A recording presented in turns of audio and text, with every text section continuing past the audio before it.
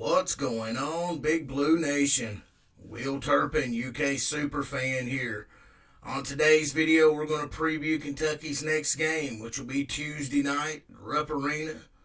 We'll be taking on the Vanderbilt Commodores. That'll be a 7 o'clock start time, and you'll be able to catch that game on the SEC network. Now, before we get into talking about Vandy, let's take a minute here and let's just kind of talk about the Cats.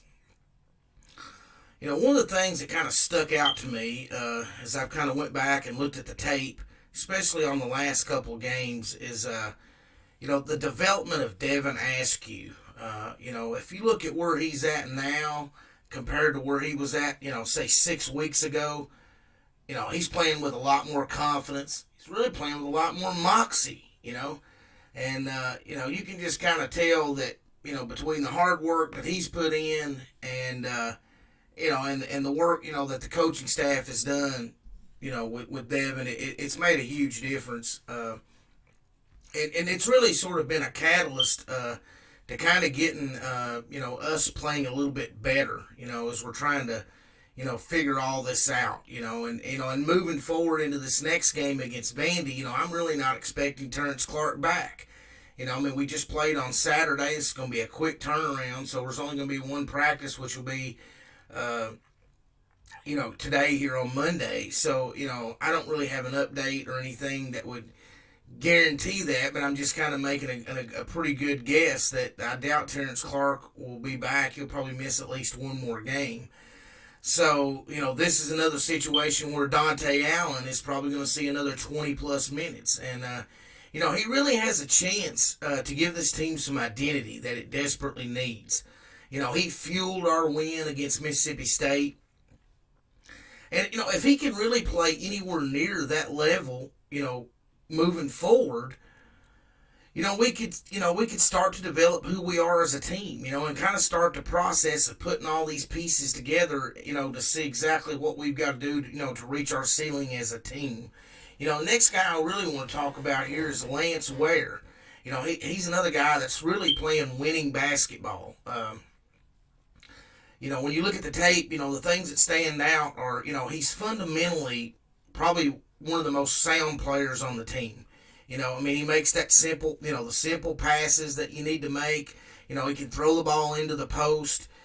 And this is just an area that Kentucky struggled with as a team, and Lance has sort of been a standout, And, it's not only putting out maximum effort, but it's also, he's being in the right place, And it seems to kind of follow the game plan to a T. And I really think, these basic things is what's really caused his minutes to increase. And, game by game this season, as the season's moved on, we've just seen more and more and more Lance Ware. He kind of started the season out as a guy, that was just sort of extra fouls on the bench. It seemed like every time he was in the game, he was just constantly racking up fouls. But, he's really developed over these last 6 weeks, as, he's playing really good defense. He's a good passer. He keeps a lot of balls alive on the backboard.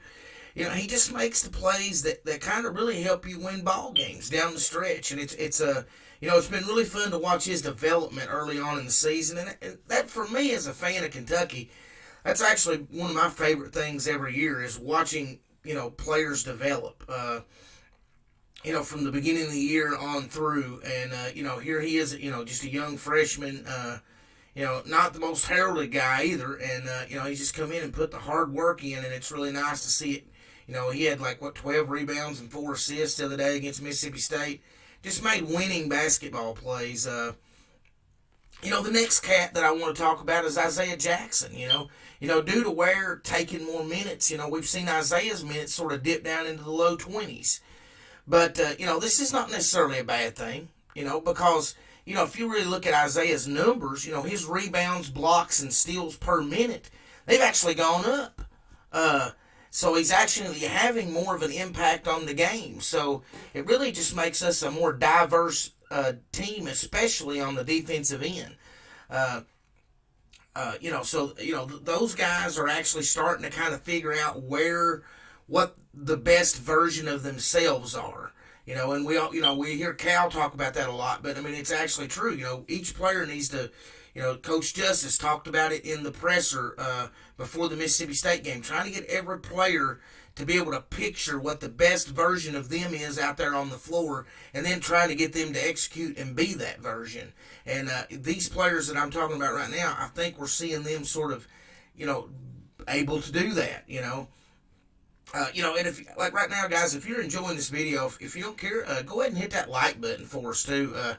It gets more eyes on us. It seems like the more likes we get, the more YouTube seems to recognize our videos, and it kind of helps grow the channel. But moving right along in this, next thing I want to talk about, you can see that the coaching staff is starting to identify how these players fit together. And and how we can really best take advantage of the strengths and the weaknesses. You want to highlight the strengths and hide the weaknesses. Kentucky fans, we're kind of used to just rolling the ball out and winning around 30 games every year since Cal's been here. But like I said this early on in this year, losing months of practice time with no exhibition games, it was going to be a tough thing to overcome. And sure enough, it made the product on the court look very unpleasant to the eye, for a Kentucky fan, and certainly not what we're used to. But, sometimes I listen to some of the Kentucky fans, and you'd think we were losing, Carolina went, was it 10 and 14 and 17 or whatever it was they went last year? You'd think we'd went 14 and 17 last year, but we actually had a really good team last year. But, the thing of it is, though, is we're used to the winning, and we're not used to, our basketball team sort of being hard to watch. And obviously, early on in the year, we've been hard to watch. But, that last 10 minutes the other day and those two overtimes, we found something. And, this team's a long way from being a really good team. But I do believe in just 8 games, the 4 guys that I discussed right here, they've clearly improved a ton over the last, 8 games and 6 weeks of getting more practice. So, like I said, we're trying to figure out how all these puzzle pieces fit together, how all these players are going to gel, and how we can get the best roster out on the floor at a time. You look at Jacob Toppin, he started to carve out a role, Davion Mintz and Olivier Sarr, they give us some veteran toughness. But what's going to be really interesting to watch is how these two guys do if Allen's able to continue to knock down shots. Because if Allen is knocking down shots, then it makes, Olivier Sarr have a lot more room to operate. It gives Davion Mintz more lanes to drive in, and it gives Devin Askew also more room to drive and create.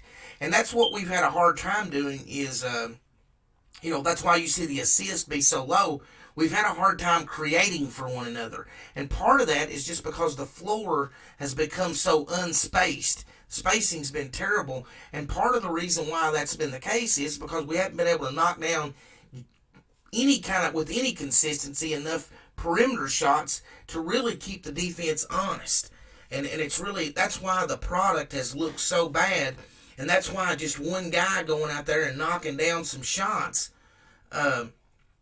it opened the floor up a lot. Now, we're not used to playing with a guy knocking down shots. So we're going to have to, again, adjust, and hopefully we can build on that. Hopefully Dante can come out, and knock some shots down again in this next game, because that could start to create an identity, That leaves us with Terrence Clark, Brandon Boston, and Keon Brooks. Coming into the year, we probably thought those 3 guys would be our top 3 players. And Keon, he's not gotten on the floor yet. We desperately need him out there practicing and getting used to being on the floor so we can kind of figure out what his role is going to be and how he can help us. Because it's clear, Keon will be able to help us. He was really starting to play real well at the end of the season last year. If everybody can remember that last game we played against Florida, he was one of the catalysts in that comeback. I really am excited to get him on the floor. Let's figure out who we're going to be. Let's figure out what this Cats team can really be. Because, I think it's crucial that we create our identity over the next 2 weeks as just to who we are. Just from a confidence standpoint. They need to know who they are as a team. That's sort of the way I view it. And you know, and who's the go-to guy? Who's the guy that's going to get that tough rebound or that steal to close out a win at the end of a game? And et cetera and et cetera. We've got to figure out all these things, and these are the things that we've got to figure out over the next couple of weeks. Right now, because of what Dante did the other day, we still have a heartbeat. We still have a chance to, start winning some games and start getting some confidence. It starts right here, Tuesday night against Vanderbilt. We need to get another win. We need to just keep building on it and let these young men get that confidence up. I'm telling you guys, that confidence is a whole big piece of this pie. When guys start believing and seeing the ball go through the hoop a few times, and they start believing that they can, it's amazing. It's like a domino effect. When it's going bad, it can snowball and stay bad. And I know it's been hard to watch. I know at times this team's been, it's been hard on the eyes. We're used to much more higher quality basketball. But like I said, again, I've said it all year long, guys, we're in a pandemic. This is not a normal year. And that's fine. If you guys want to, people want to beat Cal up all year long, like y'all say on Twitter, he makes $9 million a year, he can handle it, and I'm sure he feels the same way, and at the end of the day, he's going to keep trying to put the pieces together and keep trying to figure it out, But, moving on here, it's time for Terrence and Brandon to be the two guys that now have to earn their spot. In the game. And it's time for them to have to figure out how they're going to establish, how they're going to contribute to us winning. This team's no longer, got the luxury of just throwing those guys out there, and waiting for them to figure it out because of the lack of practice time and the exhibition games, and not getting to play any cupcakes early in the year. We put ourselves behind the 8 ball. We're 2-6. So, it's a sense of urgency. We really have to win now. So, like I said, we no longer have the luxury of just throwing those guys out there and waiting for them to figure it out. The puzzle pieces, they must start fitting together right now for us to be able to, we've got to play the players that just give us the best chance to win and let the season finish out ever how it will. That's bottom line of the all. Stone Cold Steve Austin used to say, that's the bottom line. Well, that's the bottom line right there. Kentucky has just got to put the best players that are playing the best out on the floor and then let the chips fall. But I will say this, if Keon is able to come back and be a solid contributor, and if Boston and Clark are all of a sudden your 7th and 8th guys, but they find a way to help us in a little bit more of a limited role, then we could see Kentucky we could tell one heck of a story, and while the bandwagon, it won't have as many riders as it usually will, it'll still be a wagon that, for us that didn't jump off, when the ride was a little bit bumpy, it'll still be a wagon that'll be fun to ride, as this team, continues to pick up momentum. If we can do that, if we can establish who we are, we can establish an identity. And some of these things I've talked about here in the video, if they can come to fruition, this could be a really, really fun ride. Like I said, it started bumpy. It was shaky. But from what I can tell, there was many UK fans out there that were sad about this bumpy ride, But it's like, it's a family tradition. This old wagon's been a staple of our entire life. And so most of us have, while it was hard to watch and it was hard to ride on the bumpy ride, we still held on and rode the ride, because we're Kentucky fans. And that, I just wanted to point out in this video today, I've watched all of our games back over, and especially the last 2 or 3 games, I've almost watched those, a third time. And we do have players that are developing. We have players that are getting better, I don't know where everybody gets all their UK information at, and, in some people's eyes, the sky's falling. In some people's eyes, it's unacceptable to have a team that's just 500 or has a down year. I can't do anything to control what you want out of your basketball. Obviously, I want us to win 20, 25 games. I want us to get in the NCAA tournament. I want us to make a run too. It's important. I'd love for all that to happen. And there are things, if you read the tea leaves, that that is starting to happen. It is starting to happen. But before this video just spirals on and on and on, let's get to Vandy a little bit. I'll start off with, senior center Cleavon Brown, sophomore Bailey Albert. They both missed Vandy's last game at Florida with injuries. As of Monday afternoon, I still haven't been made aware of any of their availability. I looked at, Vanderbilt, they got about 12 guys that's averaging about at least 10 minutes a game. So, they're trying to figure it out. It's what Vandy's doing. They're trying a lot of different stuff. They start out right there, 6'3" sophomore guard Scottie Pippen Jr. You look at the name, that's Scottie Pippen's son. Former starter for the Bulls back in the heyday.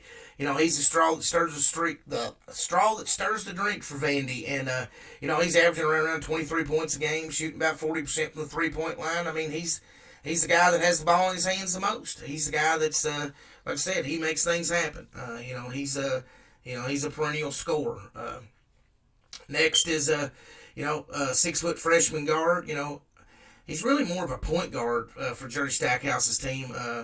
But Trey Thomas, his strength is shooting the ball. That's what's earned him more and more minutes. He actually started the last game, and I don't know if he starts this game or not, but he is second on the team in the season, behind Pippen with 11 3-point makes and 26 attempts, and so that puts him at right around 42.3%. So while these pieces haven't been playing together all year, these pieces are what we've started to see over the last few games. So you see Scottie Pippen shooting about 40% from the 3-point line, and then Trey Thomas shooting a little over 40% from the 3-point line. Now this hasn't been something that's been happening all year for for this Vols team, but that's sort of what they've figured out over the last week or two is some of their better combinations. And this combination that I'm giving you right here is these top, especially these top 6 guys, they're really impact guys for Vanderbilt. Next is DJ Harvey. He's a transfer out of Notre Dame. He's really struggled this year.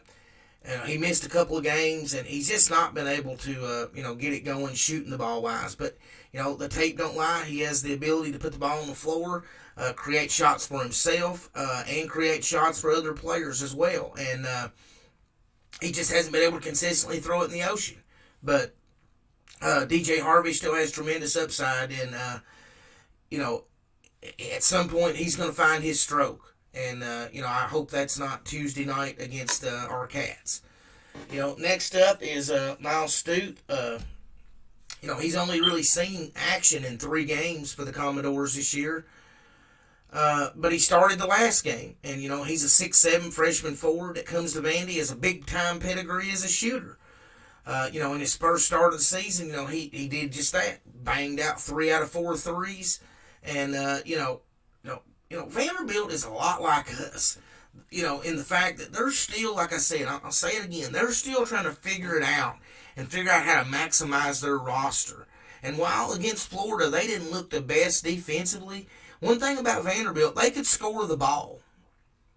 And so, Kentucky's defense is really going to have to step up. And I don't know how much Kentucky will be favored in this game, but I'm sure they will be, but we're going to have to play some defense if we want to slow this team down, because, like I said, that Miles Stute, he's got a big-time pedigree as a shooter, and again, he hit 3 out of 4 shots.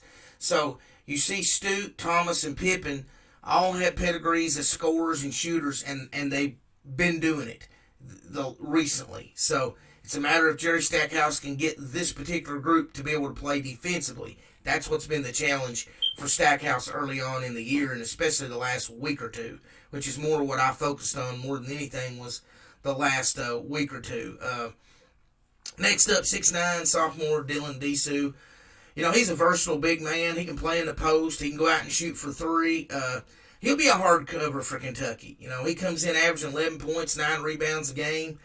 But, he's a guy that, he's not been blistering from 3-point range, but he is a guy that plays out, can go out on the floor and take your big out there. And, if he gets hot, like I said, Vanderbilt to me has really good potential to be an excellent 3-point shooting team, especially the way they've been playing the last, couple of games. Uh, so, you know, they're going to come into Rupp, like I said, probably a sizable underdog, especially after Kentucky going down to Mississippi State and getting that win Saturday. But looking at Vandy on paper, that's where the mistake is. Because Jerry Stackhouse, he's continuing to experiment with different lineups and, different combinations. And like I said, they struggle a little bit defensively. But one thing that they've been consistently doing is scoring the ball. And that's what Kentucky's had trouble with. That's why it's so important for us to establish an identity that we can consistently score. Because if not, that's going to make it tough to win every game. And no matter if you're playing, Vanderbilt or who you're playing. So, let's not get too excited here and think, oh, well, Vanderbilt's coming to town. Kentucky's just automatically going to reel off this second win. That's what we need to do. If we're going to have any hope for continuing this season, in a positive manner, and playing ourselves into this NCAA tournament, we got to win Tuesday for sure. So, I'm just hoping that we build on what we saw in the final 10 minutes, what we saw in those 2 overtimes Saturday, and start establishing ourselves by saying, forget those first 7 games. This is who we are now. That's what it really boils down to. This is more about who we are because we're really good defensively. So, we should be able to, get out on these Vanderbilt shooters. I think it'll be a tough game. I don't think that we're all of a sudden, Dante Allen's going to score 35 points and Kentucky's going to roll by 20 at home. I'm not saying that can't be who we are eventually, but I'd be shocked if that's who we are in just this quick turnaround. So, big game for Kentucky, no doubt about it. Tuesday night, let's keep this momentum going, Big Blue Nation. We've been saying it. Better days are coming, Big Blue Nation. We kept saying it. We kept believing it. Dante, it was Dante's Inferno Saturday. Let's hope Dante can give us a spark. Let's hope Lance Ware can keep being, just that crazy, energy guy, just getting rebounds and making great passes and just being solid. Let's hope Jacob Toppin continues to develop, And then after we get this win at Vanderbilt, let's hope we get some positive news on Terrence Clark and Keon Brooks getting back on the roster. Let's hope those things happen. Let's hope that the floor Dante is able to keep the floor spread. And let's hope Brandon keeps, churning along and figuring out what he can do to help us win. We got a lot of positive things brewing for this Cats team, and it's crucial Tuesday night, SEC Network, 7 o'clock. We got to get this win and keep it going. Guys, I appreciate all the support on these videos. It's been such a blessing to do them for you and get the response that I've gotten. If you haven't already, I'm on Twitter at the UK Superfan. And if you feel inclined and like what we're doing, hit that subscribe button. I'm going to be right here all year long. That could be a good thing or a bad thing. We I don't know what it's going to be. But right now, we've got a heartbeat and we've got hope thanks to, these kids fighting and grinding and Dante, going berserk Saturday. So let's hope we can keep it going. Guys, like I said, have a great night and I'll see y'all on the next video. Bye-bye.